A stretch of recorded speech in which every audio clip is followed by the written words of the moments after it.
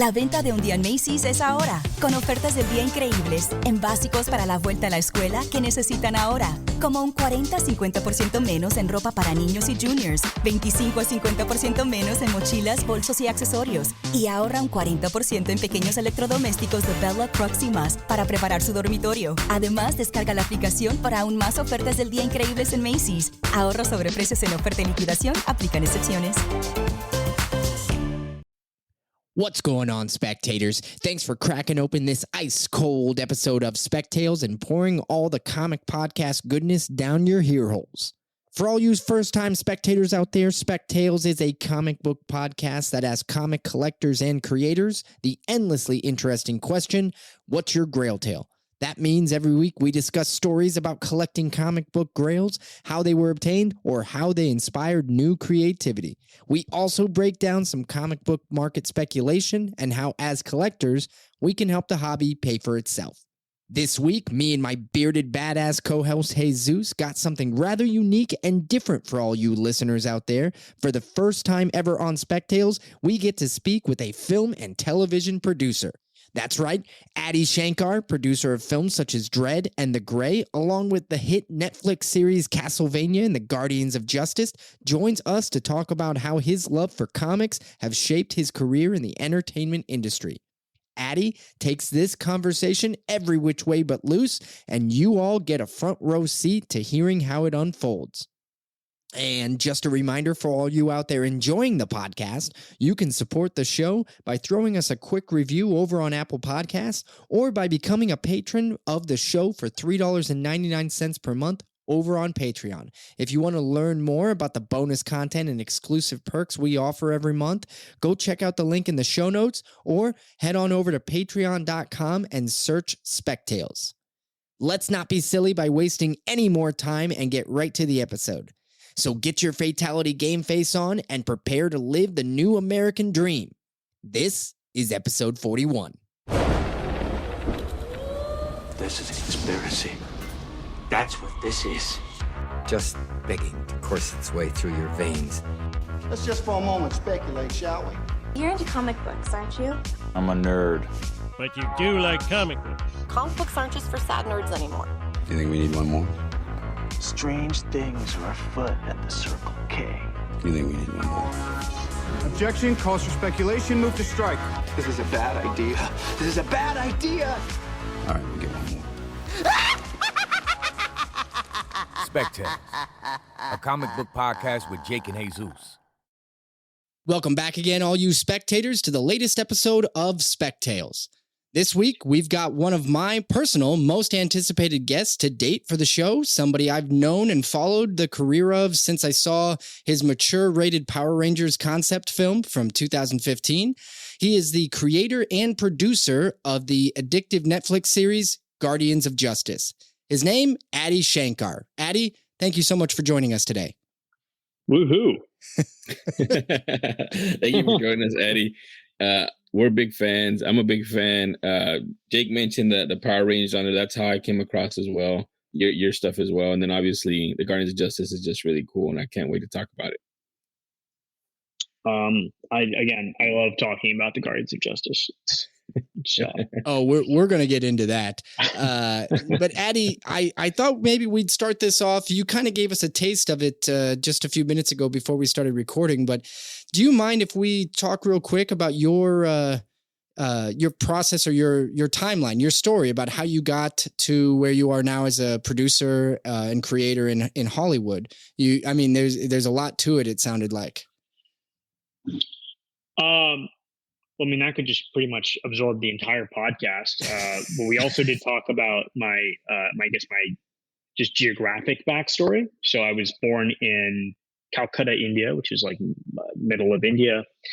We then moved to South India and then North India in Bombay. And then at the age of 5.5, my family and I moved to Hong Kong, and then we moved to Singapore, and then it was like moving back to Hong Kong. And then I moved to finish some of my high schooling in Rhode Island, and then college in Chicago. And then I moved to Los Angeles in 2008. Wow. And okay, so when you moved to Los Angeles at that time, you were already committed to or wanting to break into the movie industry or the entertainment industry? That was specifically why I moved to Los Angeles. I did not like a lot of things about the city and how spread out it was, and it felt very chaotic. It kind of, there was a lot of things I didn't like, but I literally just had this singular focus, which was, but I want to do this one thing, and this is the place where people get to do this one thing. So this is where I'm parking my hat or car or whatever. There's some nomenclature about parking, and that's where, and Los Angeles was where I parked for that purpose.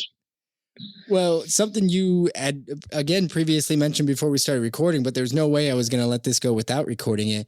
When you first got to town, you reached out to none other than Todd McFarlane, right? Well, I wouldn't say I reached out to him. I'd say I cold called him and harassed people at his office until they put me on the phone with him, and then But he was talking. He would talk to you multiple times. Talk to me. Yeah, he would talk to me.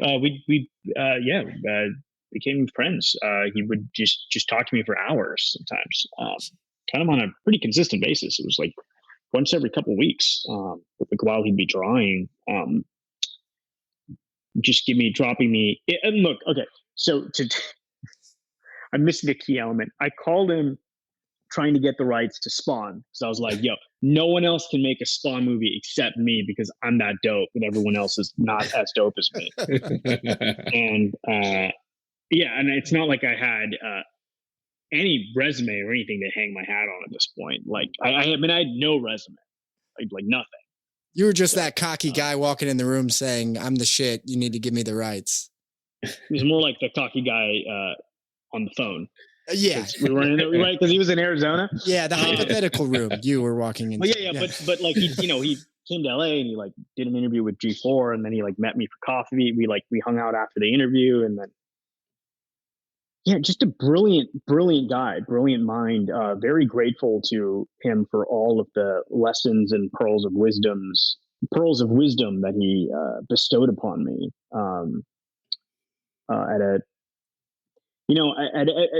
At a very young age. I mean, I was like a kid. I was like 23.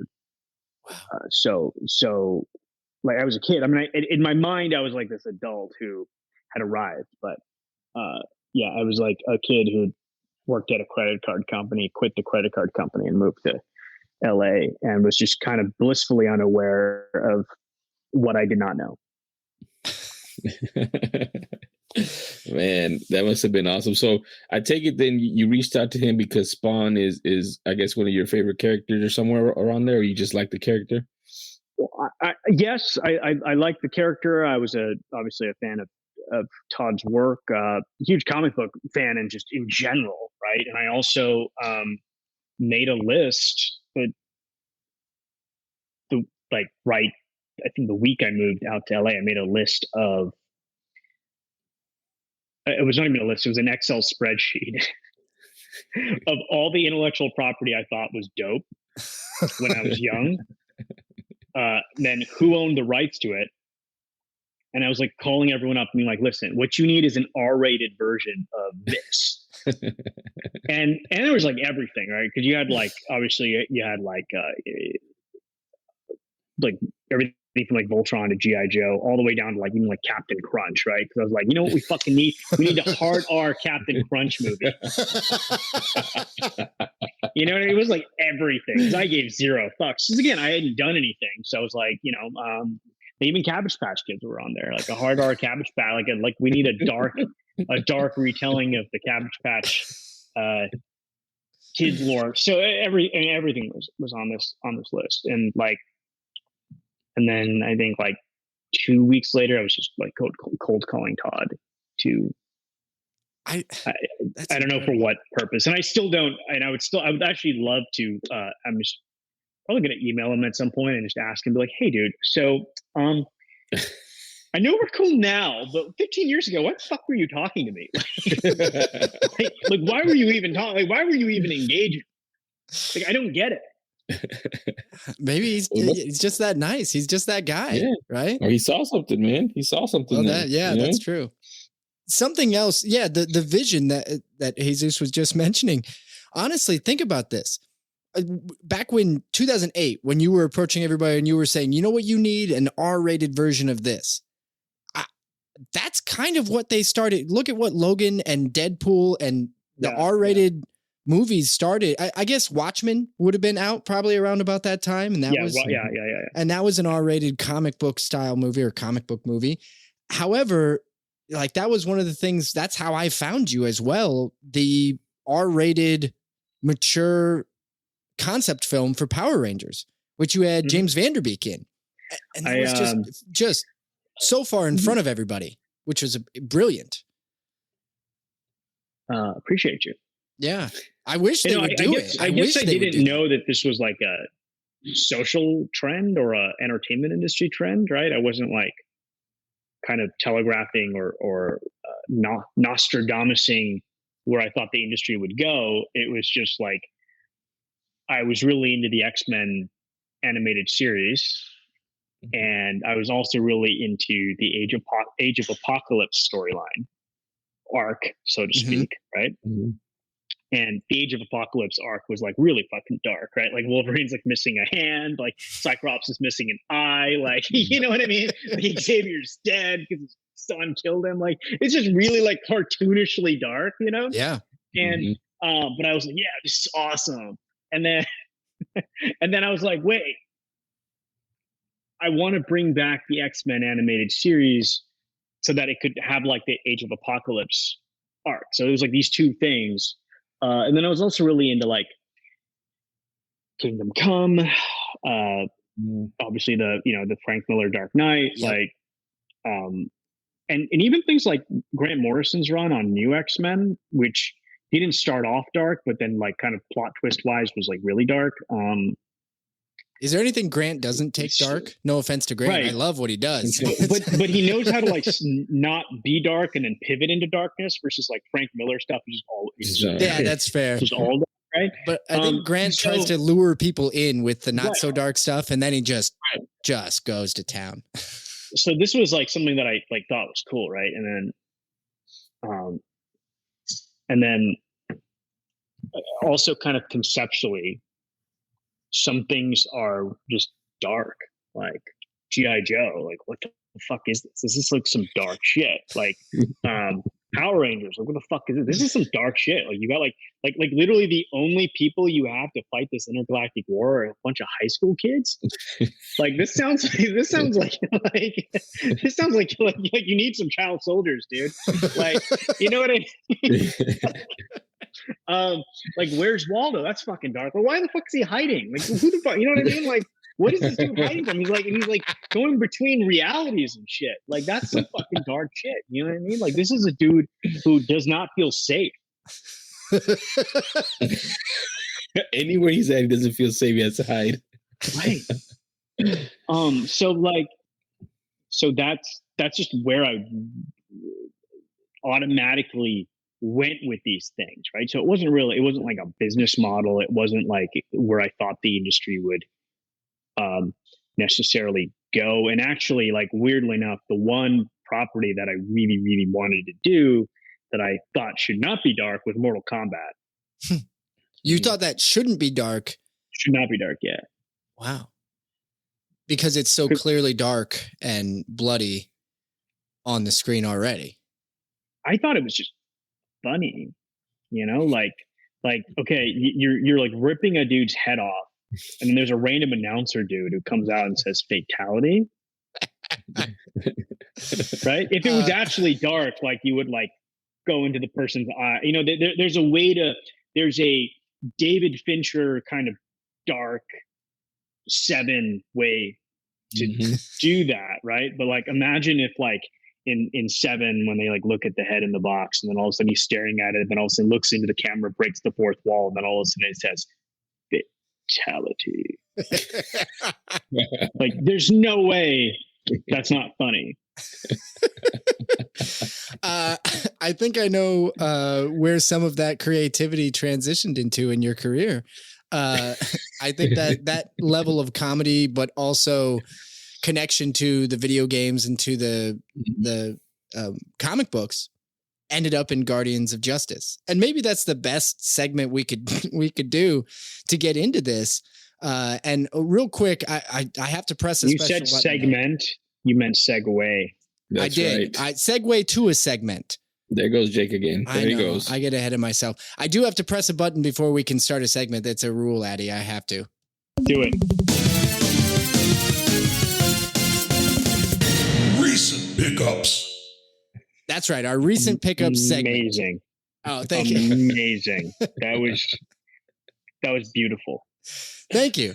We had a lot of fun putting those together. So that's we always, for some reason, the recent pickups one always gets a comment. Usually good. Who did the voice? That was actually my friend Tom, who's actually the audio engineer or composer who put that together. So we worked with him in conjunction on what we wanted to do. Tom, and the next thing, can you let Tom know the next thing I do, I'm going to need him to do that. Oh, it won't be recent pickups, but I need that exact thing. Yeah. That's what he does professionally. So you let me know. I'll connect you to him. Absolutely. He'd love to.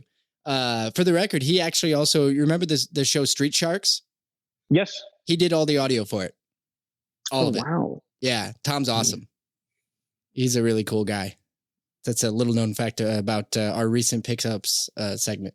So, but that actually takes us into recent pickups where we can talk about something we recently picked up. In this case, though, we are going to change. For the first time ever on our show, we are going to change the rules. For us, we're not going to do recent pickups in terms of a comic book because we want to talk about something we recently binge watched, and that is The Guardians of Justice. This is your recent release on Netflix, your show, which I know you know all about. You've been making it for a handful of years. Yeah. Years. Yeah. But it's new for us. So if you will indulge us, we'd like to talk a little bit about where this show came from. And for those of you listening who have not watched it, it's available now on Netflix. It is a 7-episode series, correct? Yep. Yeah. And the episodes go by so damn fast. I like you get done with one and it almost just bleeds right into the next. You can't turn this show off, in my opinion, because you leave cliffhangers. You have to know what happens next. And there's a lot of fun twists and turns, but this show is I don't know how else to describe it. It's almost like tripping on some drug that is involving video games and comic books and comic book movies, because there's animation of all kinds. There's claymation, there's live action. You've got great talent on screen, including yourself, by the way. And it just, I don't know, man. I don't know where it started. Maybe we'll start with that question. When the hell how did you come up with this? So, I mean, it has a kind of a dark beginning. And I've talked about this a little bit in other kind of media stuff. So I'll just blow through it, even though we could literally dissect this for a bit, what I'm about to say, which is I got really depressed, and it literally felt like I was a prisoner in my own skin. And I felt like I had a lot of weight on my shoulders because,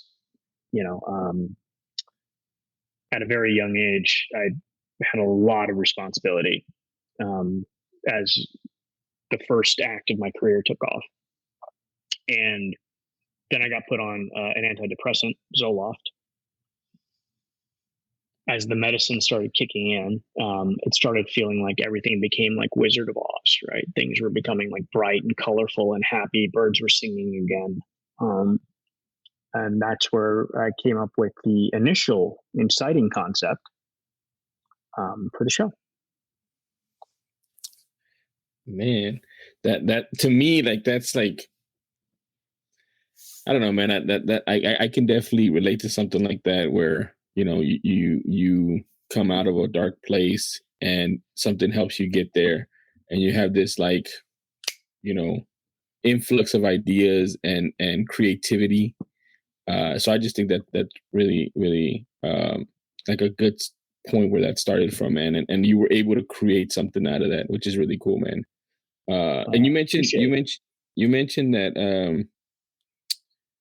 that was the beginning of the inciting idea, right? But Yes. how did you get like farther along into it? Like, how did you like extrapolate the idea? Well, so I'm just going to go ahead and spoil elements of the show, right? Just for the hell of it, because otherwise it's hard to talk about it. Yeah, no, we should at least do yeah. a synopsis. I butcher synopsises like every week on this show, so maybe I'll let you. Yeah. The show opens with a Superman. What is the word? Like a Superman-esque character. There's a Superman mirror. Superman mirror character. Shooting himself in the head on live television with the kryptonite bullet. Mm-hmm. Yep. Yeah, that's which is graphic. That's it's like the first 10 minutes of the thing is kind of like the build up to why this character was very important to the genesis of this world, how we don't really have war anymore because of this character and whatnot, and then he goes on TV and then just gives this like speech about how he feels like a prisoner in his own skin. If he sleeps and he wakes up, people have died and he feels completely alone and like it's his fault. And he's miserable. And then bam, and that's his escape. He's like, I found my escape, and then boom. And then the rest of it plays out like a detective story with the Batman character trying to piece together what happened, because Lois Lane is not convinced, and she goes on TV and makes it known that she's not convinced that he was that was a suicide. She says, I think there was a murder, there's foul play, and then this leads to the world, different countries starting to blame one another, and then the world starts inching closer and closer towards nuclear war. And then the Amanda Waller mirror gets on the phone with Batman and is like, hey, you need to figure out what the fuck actually happened, otherwise the world's gonna blow itself up. And I tend to relate storytelling to windows in time, because every movie, every TV show, everything you do when you're making something like that, I imagine it always feels like you are specifically selecting what window of the story you want to tell. And I found it very interesting that you decided, because a lot of people, when it comes to a superhero story, they want to tell you all the heroic events that make that individual a hero. And you basically took all of that stuff for all of our heroes in this series, and you pushed that into the first few minutes, 10 minutes of your story. And then you decided to show the window of what happens after, where, when this Superman-like character takes his own life, which is incredibly moving and hard to watch at the same time. And you are struggling with the loss of a Superman character, because it doesn't take that long for people to attach to a Superman, right? Every version of Superman feels like it attaches to who you already know, the character you've already seen. And then you decide to take your window of storytelling is after that moment. And I thought it was brilliant. I thought the choice, the selection of how to break down the death of a character like that, and then to turn it into a detective type comic story with Batman, also seemed brilliantly obvious in a way, where like, of course he would investigate that. Totally. I mean, because it's Batman was Detective Comics, right? Yeah. So I knew I wanted to do a detective story, and then the thing is, when you do a detective story and there's like a superhero involved, it just automatically starts becoming Batman for whatever reason. Yeah. The best detective out there. And, what Jake is saying too is something that I've talked to at least Jake about, because we see this a lot in media, and they retell the origin over and over and over and over and over, like we know it already. Like that's what I liked about it as well. That, like you said, we know Superman, we know that mirror, we know who he is. And it's also like, as trippy as it is, it's more grounded to me, because this show and then something like The Boys, that's how they would be if they had this unlimited power or whatever. You like they have no accountability, justifications, all this stuff. Like, it's just, in my view, that's more of how a superpowered human being would be than the, Captain America guy, just clean, hey ho, let me get my lunch pail and go to work kind of guy. And so that's why I really liked the Guardians of Justice, because it was more dark in that sense, but more realistic to me. And I, again, like Jake said, you doing that and condensing it at the beginning and then seeing that window of what happens afterwards, I haven't seen that. That's why I really like the show. That was awesome. Oh, dope, man. Dope. Appreciate you. So Appreciate you, Jesus. Very nice of you to say. You had mentioned earlier the finish him and, that voice and the comedy behind it. And something you brought to a lot of the fight scenes in this show are the hit points and, the energy bar and that going down and the connection. And then there are so many other aspects of the show that are either video game-esque or animated or claymation. And what was really was that always a part of this concept? You knew that you wanted to bring you essentially just said, I don't want to make one of these. I want to make all of these in one, which was, I don't know, an orgasm for your eyes, in my opinion. You mean all these stylistic influences in one? Yes. Yeah. Right. Because I think, again, that was part of the exercise, the experience, right? Because ultimately what I was trying to do visually was synthesize what it felt like visiting America when I was a kid. Huh. And then all of a sudden, like, your toy commercials are fucking awesome. You know what I mean? Like, Oh my God, like you go to a pizza parlor and people are playing video games and the video games are like super violent and they're in English. Like, what the fuck? This is amazing. You go to the tennis court and kids are like trading marble cards and like talking about X-Men and how like Magneto ripped Wolverine's adamantium out. Like there was kind of like a hyper intensity to the 90s as I experienced it. And then also at the same time, it wasn't like superhero whatever had transcended the kid thing. So it was still for kids. So like you kind of only really got glimpses of it in live action through like toy commercials. So it was that. So I think like, had it just been completely isolated and kept as just, okay, Superman, Batman, and just this thing without the Mortal Kombat influence, without the huge gaming influence, right? Without all the pixel art and the animation and the claymation, it would have been like it would have been fine. It just wasn't what I set out to do, because I also simultaneously set out to do something visually that felt kind of the word that keeps coming to me is trashy, and that's just not the right word, but it's a kind of visually trashy. Again, the wrong word. It's like literally not what I'm trying to say. Yeah. But kind of chaotic as well, because this is really a story about the world descending further and further and further into chaos.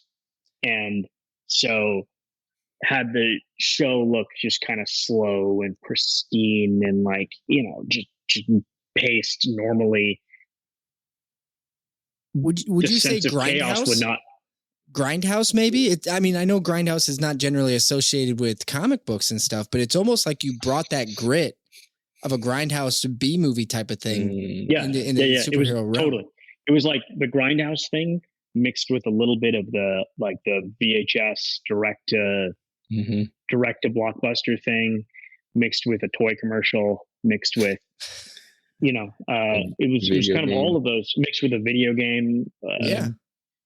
Like it was, again, all these disparate elements cross-pollinated together, and the idea was to create something that was just reflective of how reality felt to me at that time, as I was experiencing all these things that I didn't know existed all at once. So they didn't exist in India. So you're like, what the hell is it? And all of a sudden you come, you're like, this is amazing. Well, Totally. Addie, before we move into our next segment, the Grail Tale segment, I have to say, and I put this note in big bold letters when I was watching the show.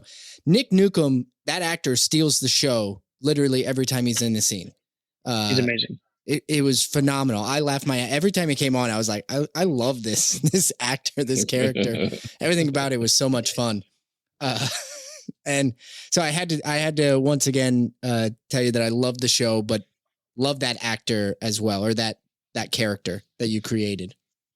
Thank you. No, it's it was just John Cena. Who was the actor who played? Oh, his name's Christopher Judge. Yeah, but the dialogue was just John Cena. You know, it was like, okay, well, because you look at like his John Cena's dialogue in wrestling, it just doesn't make a whole lot of sense because you'd be like, if you want some, come get some. What does that fucking mean, dude? But I'm like, oh, that'd be amazing if the president just talked like John Cena. No, you can totally see that happening. You can totally see that happening. Oh man, it's like. Yeah, it was also the perfect name for a president of the United States, right? Nicholas E. Newcomb. Yeah. the E is what does it. You know what? Because in India we don't have middle names. Okay. And then like I always thought it was funny that oh shit, Americans get like two names, and then they'll put the thing in the middle, right? So it's like Alfred D. Hamstring. You're like, oh, Alfred D. Hamstring, cool. Nicholas E. Newcomb. That's so funny. It was just the whole thing. Cherry on top. That's the funny thing about the show, or to me, like the whole thing to me was like comedy. It was a giant joke, like. That like, oh, this is going to exist now. You know what I mean? Like, there's like a humor like, oh, now this show is going to exist with a guy named Nicholas E. Newcomb who wants to blow up the world as Batman when he's just like, you're like, what the fuck? Like, and it's funny how like seriously sometimes it's like taken this show in particular, you know. Like there is a joke of the show, and I think the more people feel like they're in on the joke, and I guess the way to be in on the joke is to really, the more you're into all the references or grew up with the references, the more you're into the show. The more you're like really into CW Supergirl, the less you're into the show. You're like, what the fuck? I came here for like Supergirl, and this is horrible. No, it's just not for them. It's not for them. Right. But I think we're going to have a ton of listeners that if they're not already turned on to it, they really should be. It's 100% something we would recommend. All you listeners out there, please take some time away from reading comic books and go watch The Guardians of Justice on Netflix. It's available right now. In fact, you might want to pause this episode and go watch it. But I'm telling you. I'm just going to actually throw this at you. Yeah. Guys, before we jump to the next segment, if that's okay. Yeah. So I want to run the alternate title by you. This was actually what I wanted to call the show, but then it's just kind of Netflix marketing and it was like, okay, look, you just don't pick an esoteric title here. We have to just go a little down the middle with it. Oh, all right. But I want to run the alternate title by you and just get your reaction. Yes. Is that cool? No, let's do it. Like talked about this before. Yeah. Okay. The alternate title that I wanted to go with was The American Way. This was, well, after knowing the background to how you came up with it, that is the most obvious title. This is how you experience the American way. Oh my God, I never thought about it that way. Holy shit. Dude, you just blew my mind. You just blew my mind. It makes so much sense. That's the American, That would have been dope. Can you go back and change it? No. You could do the sequel. Oh, sequel. I think the show would have been received very or perceived differently, not received, perceived differently had it been called the American way. Probably. Oh, yeah. I mean, yeah, you would have had a lot of those guys coming out of the woodwork, getting mad without even seeing the show. But like Jake says, it does fit. It fits very well. It fits the intent. It fits the intent. Yeah. That's what I'm realizing. But nice. Okay. Yeah. Well, if you all don't mind, I'm gonna go ahead and transition us into the next segment. This is Please. Grail Tale. Grail Tale. Grail Tale. Grail Tale. Grail Tale. The Grail Tale segment. Addie, this is our favorite segment because we always love talking to collectors, specifically about what they collect and what's important to them. So we're going to ask you, I guess, do you have something that is very special to you or has inspired you, or just a grail that you chased for a long time and finally got? It's a great question. There isn't like one, and is it okay if I list a few things that I just kind of have around me that are cool? Yeah. So I have a kind of a boxed, original, unopened copy of Snatcher, the video game. Oh wow, that's cool. Nice. So, you guys are familiar with Snatcher? Yes. And now, did you box it or did it? How'd you get that? Well, cased. It's unopened. Did you get it graded? No, I don't like care about that. It's just unopened. Well, yeah, the graded thing like makes it. I think it makes it like look super. I was gonna say super nerdy, but not. I don't mean that in a bad way. No, I get it. Like, hey, we're nerds. But it makes it aesthetically unappealing, right? And look, this is my living room.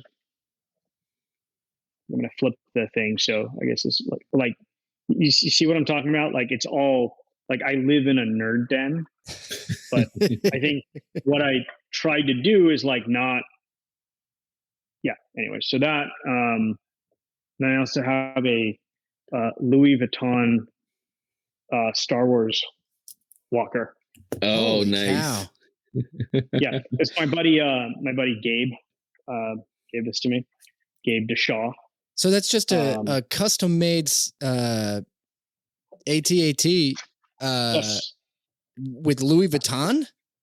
Yeah, I didn't even know those existed. That's pretty incredible. Man.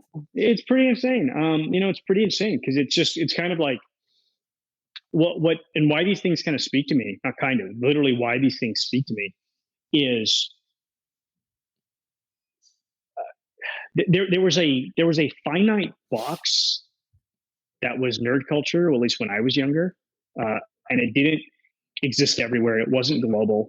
It was a finite box, and as we've gotten older and as nerd culture has grown, it's been cross-pollinated. Again, I keep using the word cross-pollinated. It's cross-pollinated with all sorts of things. So like that's like a luxury fashion brand mixed with something super nerdy.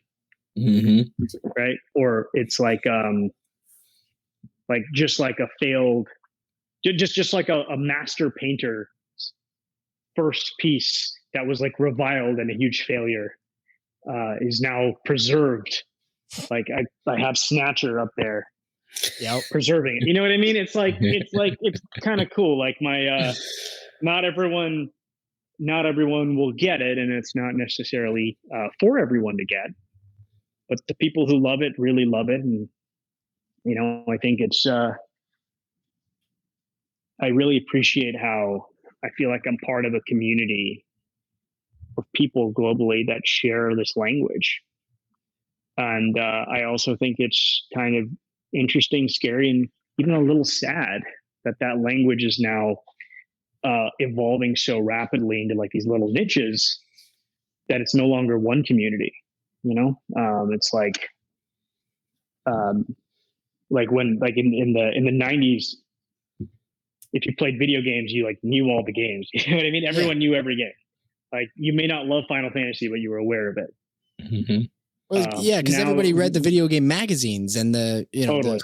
you get into the reviews and this game's coming out this month. And I mean, I used to be on the pulse of all of that. And now I, of course, don't know any of it because I don't play as much as I used to. But, and even the people who are playing a ton, I find, and from what I've experienced and what the data shows is we're all entrenched into these little fiefdoms within nerd culture. So it's just it's an evolution.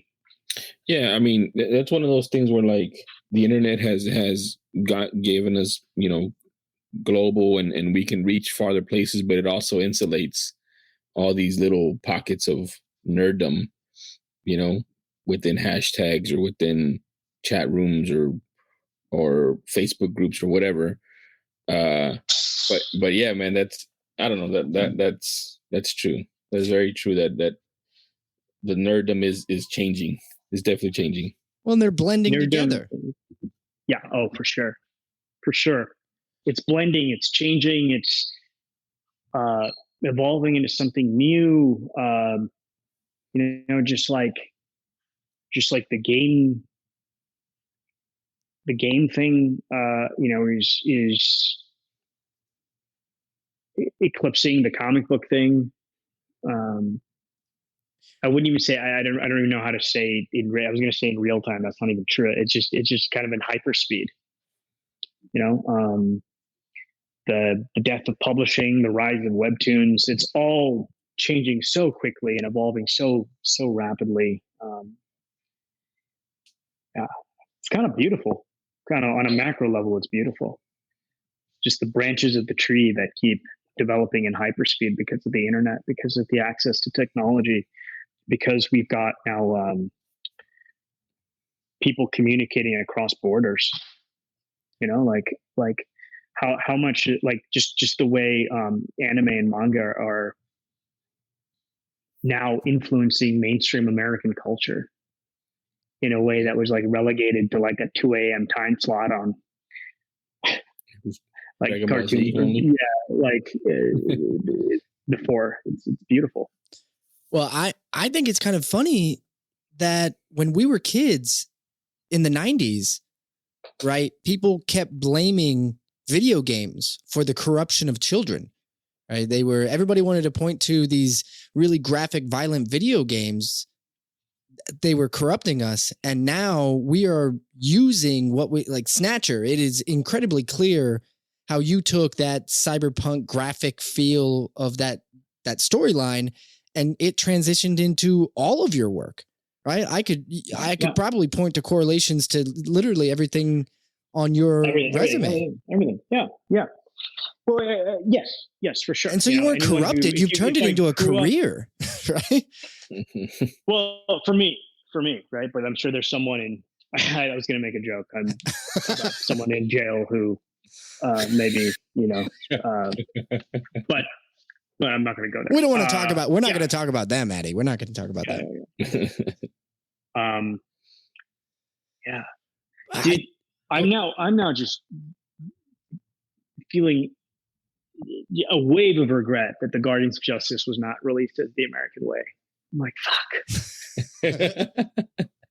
I mean, you know, this is a question I have, and it was going to be in the next segment. So I don't know if Jake's going to try to, you know, segue into it real quick before I even ask the question. Yeah. Speculation. We just did it. We just transitioned. Yeah, you cut so me off too, now you can ask you're allowed to ask your question now, Jesus.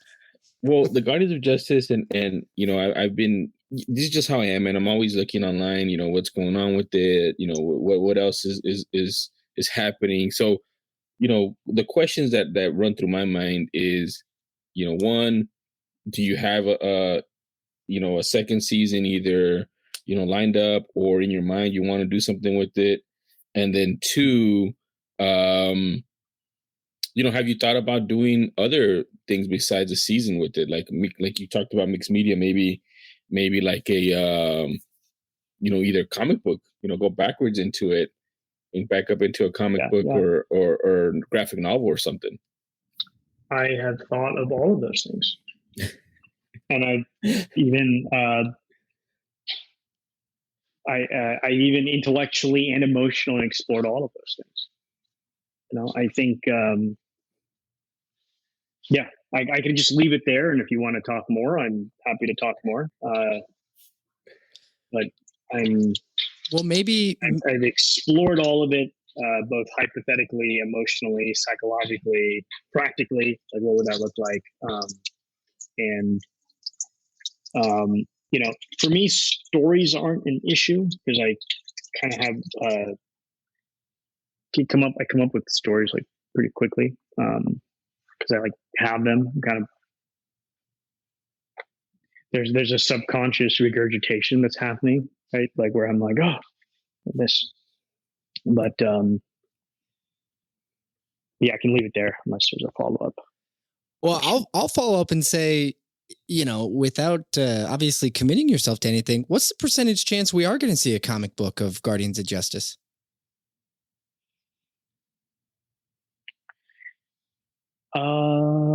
Very low. Okay. Huh? And here's why. I don't know if the comic book industry is going to survive.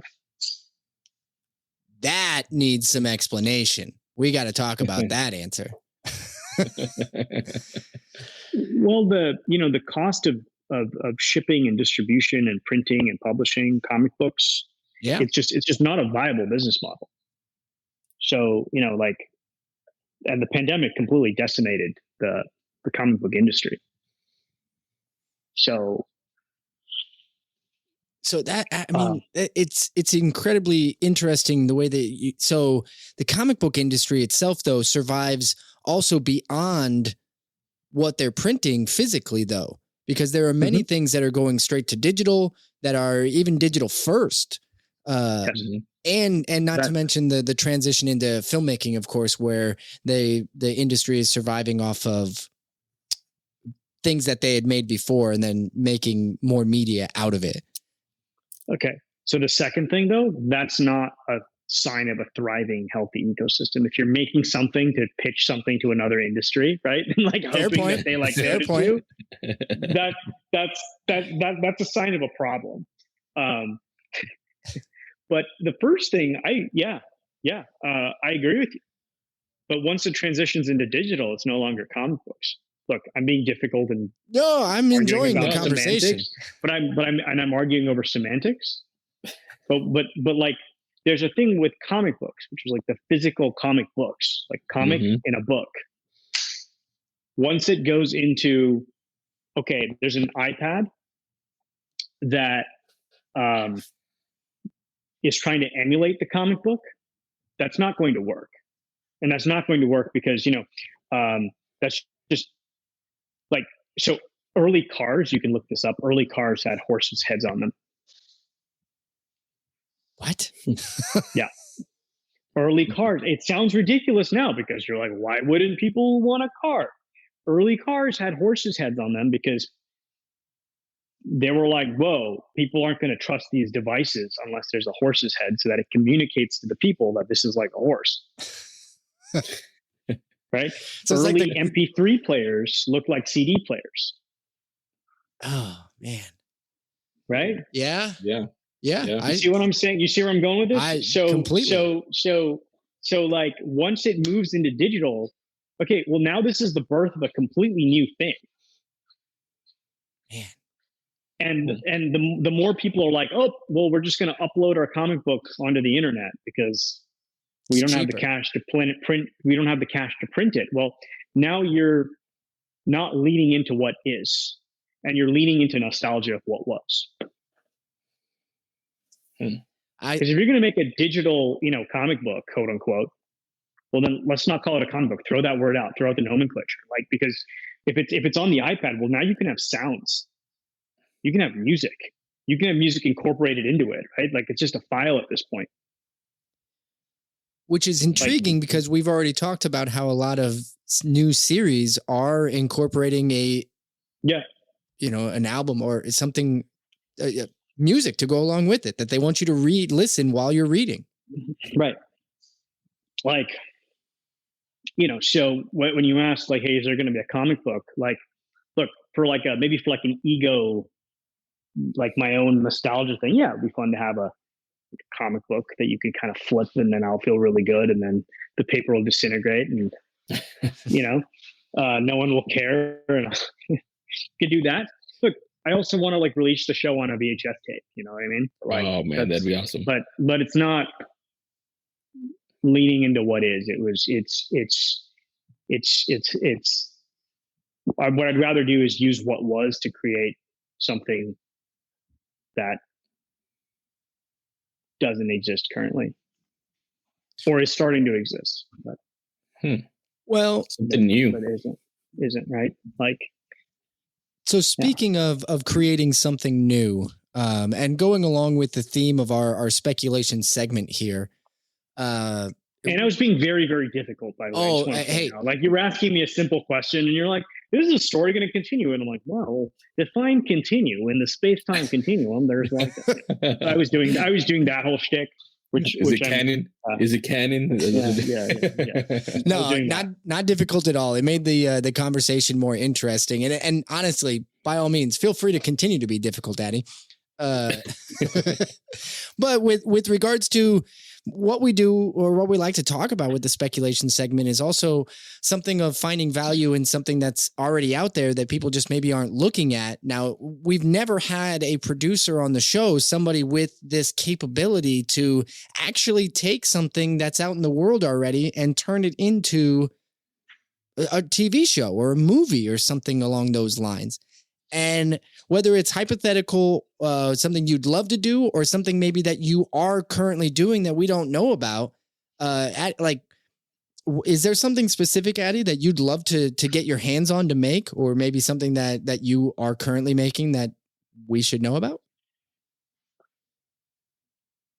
Well, what's coming to me is, and this is again being difficult and throwing everything off the rails, but it'd be really cool if there was like a giant robot with legs, or like kind of a hover thing that built houses.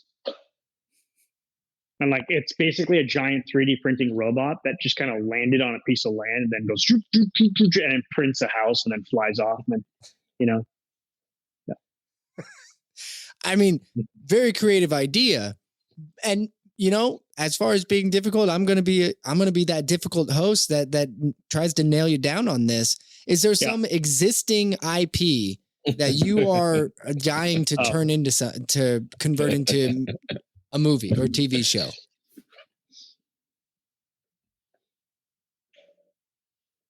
I mean, kind of all of it. You know what I mean? It's kind of all of it. That's all of it. It's all. It's not about the IP. It's about the freedom. Does that make sense? It's not about the IP. It's about the freedom. Your freedom of creativity. Right. Okay. Right. So some of what you have become known for. You worked on Dread. You worked on extensively on Castlevania, which everybody loves as well. Are you more? Those were previous IPs, previous existing IPs, but like with Guardians of Justice, this is something completely new. That's all yours. Is that where you're trying to direct yourself to get away from the existing IPs, to where you're creating your own IP? I don't look at it in terms of IP creation, because that's like a business model, and I get it. But in the same way that like the Matt Reeves Batman movie that just came out really has nothing to do with Batman as it existed before. Like if you look at every Batman movie, like they really have nothing to do with one another. It's just a kind of a brand that's used. Yeah. You know what I mean? Does that make sense? It's just absolutely. Absolutely. Slapped onto now we're going to slap it onto a crime film. Boom. Okay. Now we're going to slap it onto a neon soaked McDonald's commercial. Boom. Or like, that sounded like a diss. It was not. But like, so it's not about the brand. It's about the freedom, Because like, I mean, my next thing's original. The next thing that I have coming out, it's like pretty much original, or it is original. Do you have a and then working the thing title after on that? Do you have a working title on that? Is it The American Way? Just No, it's not. It's not. It's something that was it's something that it's something out there in the public record. So it's not like anything. And then the thing after that is based on. So look, the point is, I get your question. Being difficult again. I'm sorry. Oh, you're good. It's I think right now it's like maybe like a mix between kind of IP and then like original stuff. But where I don't think I necessarily fit in, and what I'm trying to say, right, is if you're not getting to set the world, if you're not getting to set the tone, if you're not getting to construct the point of view, then you're like an episodic television director, regardless of budget. And that's not something I feel like I'd be good at or really want to do right now. Does that make sense? So like, yep. If you go make a Star Wars movie and it has to be shot like a Star Wars movie and it has to look like a Star Wars movie and it has to use the Star Wars music and the Star Wars this and the Star Wars lighting package and the Star Wars production design, you're like, you don't need me to do that. There are so many capable, talented people out there who would crush that. And that's not you. And that's not you. And that's cool. I think that's not me. But I think what I think I might be known for, I don't know. You guys know better because you're not me and you're like observing me. I'm just existing as me. Is some sort of like reinvention. Like I'm reinventing kind of flipping the thing on its head, flipping the formula on its head, that kind of thing. And I feel like I'm excited about doing more of that for the time being. I mean, I completely agree with your assessment as far as, how you are. And it's not just turning it on its head. It is a reinvention, but it's also like an amalgamation. It's it's a mutation of sorts of filmmaking. Exactly. It's like someone described Guardians as it was like early hip hop where it was like sampling this and sampling that and using it to create something new. That's what I'm into, right? Like I don't want to just make a cover song.